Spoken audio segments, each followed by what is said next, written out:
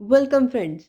आज इस वीडियो में हम पावर ऑफ कंपाउंडिंग के टॉपिक को समझने वाले हैं, क्योंकि ये एक ऐसा टॉपिक है जब हम स्कूल्स में पढ़ते थे तो हमारे टीचर्स हमें एक complex formula like compound interest या फिर सिंपल इंटरेस्ट के मेथड से समझाती थी। और कभी भी हमें फाइनेंस या फिर इन्वेस्टिंग पर कोई एजुकेशन नहीं देते थे, जिसके कारण हमें समझ में नहीं आता था कि इनका फ्यूचर यूज़ क्या है।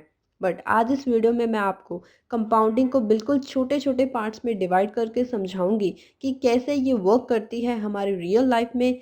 सेकंड, कि इसकी क्या इम्पोर्टेंस है, कैसे ये हमें स्टॉक्स में या फिर किसी भी म्यूचुअल फंड में देखने को मिलती है। क्योंकि हम सुन तो लेते हैं कि कंपाउंडिंग हो रही है, बट ये कैसे हो रही है वो हमें कोई भी एक्सप्लेन नहीं करता। बट आज इस वीडियो में मैं आपको डिटेल एक्सप्लेन करूँगी। सो वीडियो को स्टार्ट करते हैं।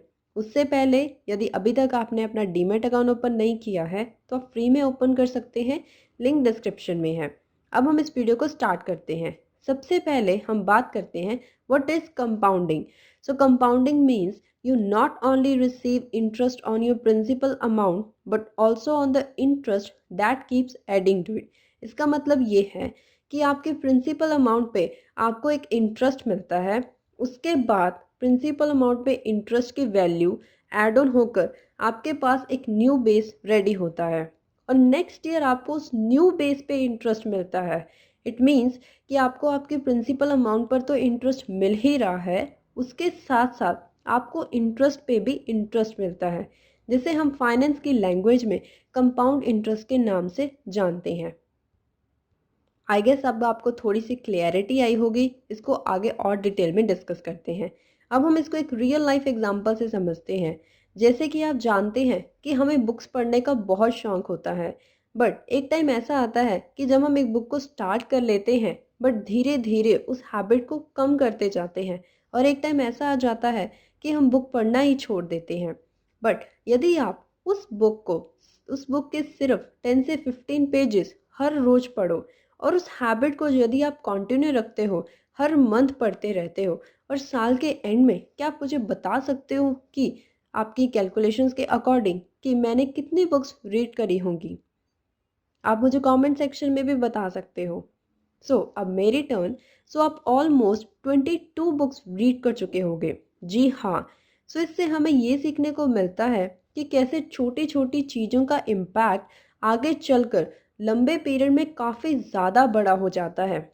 हमने सिर्फ 10 से 15 पेजेस से ही स्टार्ट की थी, बट उसका एंडिंग रिजल्ट काफ़ी ज़्यादा शॉक कर देने वाले था।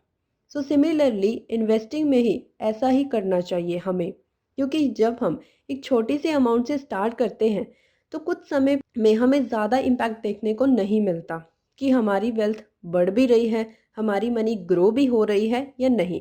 जिसके कारण बहुत सारे इन्वेस्टर्स स्टार्टिंग में ही अपनी इन्वेस्टमेंट को स्टॉप कर देते हैं और उसको ग्रो होना देने ही नहीं चाहते, जिसके कारण उनकी इन्वेस्टमेंट की वैल्यू कभी भी नहीं बनती और वो कंपाउंडिंग के मैजिक को कभी समझ ही नहीं पाते। बट अब हम थर्ड पार्ट में इसको सबसे पहले इन्वेस्टिंग और फाइनेंस की बेसिक एग्जांपल से समझेंगे और लास्ट में एक एडवांस म्यूचुअल फंड की एग्जांपल से क्लियर कर लेंगे। सबसे पहले हम एक बेसिक एग्जांपल से स्टार्ट करते हैं।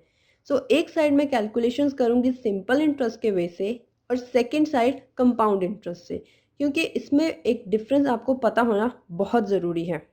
सबसे पहले सिंपल इंटरेस्ट। लेट्स सपोज कि आपके पास 100 रुपीज़ हैं और उस पर आपको 10% का इंटरेस्ट मिलता है। 100 पे 10% का इंटरेस्ट, दैट इज़ 10 रुपीज़। 100 + 10 = 110। अब नेक्स्ट ईयर अगेन आपको 100 पे 10% का इंटरेस्ट मिला, दैट इज़ 10 रुपीज़। 110 + 10 = 120। अब नेक्स्ट ईयर अगेन आपको 100 पे 10% का इंटरेस्ट मिला, दैट इज़ 10 रुपीज़। 120 + 10 रुपीज़ = 130। ये है सिंपल इंटरेस्ट के वे से कैलकुलेशन करना, बट जो कि कंपाउंड इंटरेस्ट के वे से काफ़ी ज़्यादा डिफरेंस होता है।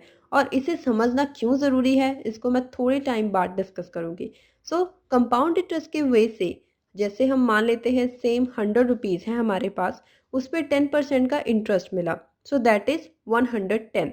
अब नेक्स्ट ईयर आपको ना कि 100 रुपीज़ पे, आपको 110, आपका न्यू बेस जो हुआ उस पे 10% का इंटरेस्ट मिलेगा, that is 11 rupees. It means हमारी वेल्थ ₹10 से नहीं, ₹11 से ग्रो हो रही है।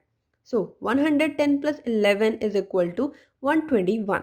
अब नेक्स्ट ईयर अगेन आपको 121 पे 10% का इंटरेस्ट मिलेगा, दैट इज 12.1। इट मीन्स कि अब ₹11 से नहीं, हमारी इन्वेस्टमेंट की वैल्यू ₹12.1 से ग्रो हो रही है। सो 12.1 प्लस 121 इज इक्वल टू 133.3। सो ये समझना क्यों ज़रूरी था, वो इसीलिए क्योंकि जो भी हमारे इन्वेस्टमेंट सोर्स होते हैं, चाहे वो एफडी है, इंडेक्स फंड है, म्यूचुअल फंड है, ईटीएफ फंड है, चाहे वो स्टॉक्स है, हर एक इन्वेस्टमेंट सोर्स की कैलकुलेशन कंपाउंड इंटरेस्ट के वे से होती है। बट ये बात हमें कोई भी नहीं बताता, जिसके कारण हम हर बार सिंपल इंटरेस्ट के वे से कैलकुलेशंस करते हैं और जितना रिटर्न और जितनी इन्वेस्टमेंट वैल्यू हम एक्सपेक्ट करते हैं उतनी हमारे पास नहीं होती। आई होप अब आपको क्लियर हुआ होगा कि कैसे कंपाउंड इंटरेस्ट और सिंपल इंटरेस्ट में डिफरेंस होता है और कंपाउंडिंग में कौन सा इम्पैक्ट क्रिएट करता है। अब हम इसको एडवांस म्यूचुअल फंड के एग्जांपल से क्लियर करते हैं। सो लेट्स सपोज कि आप इन्वेस्टिंग की बहुत अच्छी नॉलेज रखते हैं और आप डिटेल एनालिसिस करके एक XYZ फंड को चूज़ कर लेते हैं, जो फंड आपको हर साल 15% का इंटरेस्ट देता है। मान लेते हैं कि अभी आप अपने 20s में हैं और आप डिसाइड करते हैं कि आप हर साल means 5000 into 12 is equal to 60,000 उस फंड में इन्वेस्ट करेंगे। सो अब हम इन कैलकुलेशंस को आपके सामने एक एक्सेल शीट में करेंगे। सो आई होप अब आपको एक एक्सेल शीट दिख रही होगी। एक साइड हमने कैलकुलेशन की है कंपाउंड इंटरेस्ट के वे से, सेकंड साइड हमने कैलकुलेशन की है सिंपल इंटरेस्ट के वे से। सो हम इसको चेकआउट करते हैं। सो फर्स्ट ईयर हमने 60,000 इन्वेस्ट किया और उस पर हमको 15% का इंटरेस्ट मिला, जो कि हुआ 9,000। इट मीन्स हमारी इन्वेस्टमेंट की वैल्यू हो जाती है 60,000 प्लस 9,000 इज इक्वल टू 69,000। अब नेक्स्ट ईयर हमको 69,000 प्लस 60,000 पर इंटरेस्ट मिलेगा, दैट इज 1,29,000 पर 15% का इंटरेस्ट मिलेगा, जिसकी इन्वेस्टमेंट वैल्यू होती है 1,48,350 रुपीज़। अब आपके माइंड में एक क्वेश्चन आ रहा होगा कि 1,29,000 क्यों, हमने तो इंटरेस्ट 69,000 पर मिलना चाहिए।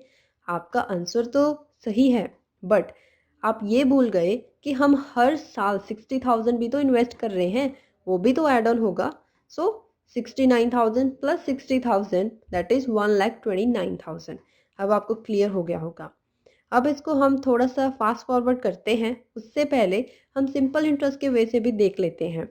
सो सिमिलरली हमने फर्स्ट ईयर 60,000 इन्वेस्ट किया और 15% के इंटरेस्ट पर हमारी इन्वेस्टमेंट की वैल्यू हो जाती है 69,000। अब नेक्स्ट ईयर हमें 60,000 प्लस 60,000 इट मीन्स 1,20,000 पर इंटरेस्ट मिलेगा, जिस पे हमारी इन्वेस्टमेंट की वैल्यू हो जाती है 1,38,000। अब हम थोड़ा सा फास्ट फॉरवर्ड करते हैं और देखते हैं कि हमारे 40s में कितना ज़्यादा डिफरेंस हो जाता है कंपाउंड इंटरेस्ट के वे से और सिंपल इंटरेस्ट जिस वे से हम खुद सोचते हैं। सो आपके 40s में आपकी इन्वेस्टमेंट की वैल्यू हो जाएगी 70,68,607 रुपीज़। बट यदि हम सिंपली खुद कैलकुलेशन करते तो हमारी इन्वेस्टमेंट की वैल्यू होती 1,000 रुपीज़। सो आप देख सकते हो कि कहाँ हम 70 लाख अर्न कर सकते थे, बट हमारी कैलकुलेशन के अकॉर्डिंग हमारी इन्वेस्टमेंट की वैल्यू सिर्फ होगी 13 लाख। सो ये है basic difference between compound interest और सिंपल इंटरेस्ट के वे से कैलकुलेशन करना। अब आपको क्लियर हो गया होगा कि कौन सी चीज़ मैटर करती है कंपाउंडिंग के लिए। कंपाउंडिंग में हमें इंटरेस्ट पे इंटरेस्ट मिलता है, वो कंपाउंड इंटरेस्ट में ही देखने को मिलेगा। अब मैं आपसे एक क्वेश्चन पूछती हूँ कि जब आप अपने 50s में होगे तो आपके अकॉर्डिंग आपकी इन्वेस्टमेंट की वैल्यू कितनी होगी? जो भी आपके माइंड में आ रहा है आप मुझे कमेंट सेक्शन में बता सकते हैं, बिना कैलकुलेटर यूज़ किए। बिना कैलकुलेटर यूज़ किए जितने भी आपके माइंड में अमाउंट आ रही है आप मुझे कमेंट सेक्शन में बता सकते हैं। तो अब मेरी टर्न। आपकी इन्वेस्टमेंट की वैल्यू होगी जब आप अपने 50s में होंगे 2,99,97,415 रुपीज़। जी हाँ, बट यदि हम सिंपल इंटरेस्ट के वे से सोचते तो हमारी इन्वेस्टमेंट की वैल्यू होती 20,70,000 कहाँ पर हम 3 करोड़ अर्न कर रहे हैं और कहाँ पर हम 20,70,000 सोच रहे थे। समझ में आया होगा कि कैसे कंपाउंडिंग हमें इंटरेस्ट पर इंटरेस्ट देकर हमारी छोटी सी इन्वेस्टमेंट जो कि हमने 5,000 की थी उसको हमारे 50s में 2 करोड़ में चेंज कर दिया। ये है पावर और मैजिक ऑफ कंपाउंडिंग। सो अब हम इसको समराइज कर लेते हैं कि कंपाउंडिंग के लिए हमें क्या चीज़ों की ज़रूरत पड़ती है। मीन्स हम गोल्डन रूल्स क्या हैं कंपाउंडिंग के। नंबर वन रूल ये है कि यदि आप किसी सोर्स में इन्वेस्ट कर रहे हैं तो आपके पास पेशेंस और कंसिस्टेंट वे से आपको इन्वेस्ट करना है ताकि आप उसमें कंपाउंडिंग का इफेक्ट देख सकें। जैसे हमने एग्जांपल में देखा कि स्टार्टिंग में हमें इतना ज़्यादा इम्पैक्ट देखने को नहीं मिला, बट जब हमने लॉन्ग पीरियड मीन जब हमने 50 में चेक किया तो हमारी इन्वेस्टमेंट की वैल्यू काफ़ी ज़्यादा बड़ी हो गई थी। इसके लिए हमें कंसिस्टेंट और पेशेंस होना चाहिए। नंबर सेकेंड कि हमें जितनी जल्दी हो सके इन्वेस्टिंग को स्टार्ट करना चाहिए। ये मैटर नहीं करता कि आपके पास कितनी ज़्यादा बड़ी अमाउंट है तभी आप स्टार्ट करेंगे, बट यदि आपके पास छोटी अमाउंट भी है, जैसे हमने एग्जांपल में सिर्फ 5,000 से स्टार्ट किया, उसी तरह यदि आपके पास 4,000 3,000 भी हैं तो भी आपको लंबे टाइम के बाद कोई भी करोड़पति बनने से रोक नहीं सकता। सो इससे हमें ये समझने को मिलता है कि कंपाउंडिंग के लिए मैटर ये करता है कि हम कितने लंबे पीरियड तक इन्वेस्ट करते हैं, ना कि बड़ी अमाउंट। सो आई होप आपको इस वीडियो से पावर ऑफ कंपाउंडिंग समझ में आ गया होगा। मैंने एक्सेल शीट का लिंक भी डिस्क्रिप्शन बॉक्स में ऐड कर दिया है, क्योंकि आप अपने अकॉर्डिंग यदि आप 3,000 इन्वेस्ट करते हो, 4,000 करते हो, तो उस अकॉर्डिंग खुद कैलकुलेशन करके देखिए कि आपके फ्यूचर की इन्वेस्टमेंट कितनी हो जाती है। सो आज की वीडियो में इतना ही फ्रेंड्स। नेक्स्ट वीडियो में हम नेक्स्ट टॉपिक के साथ मिलेंगे। Till then thank you, bye bye.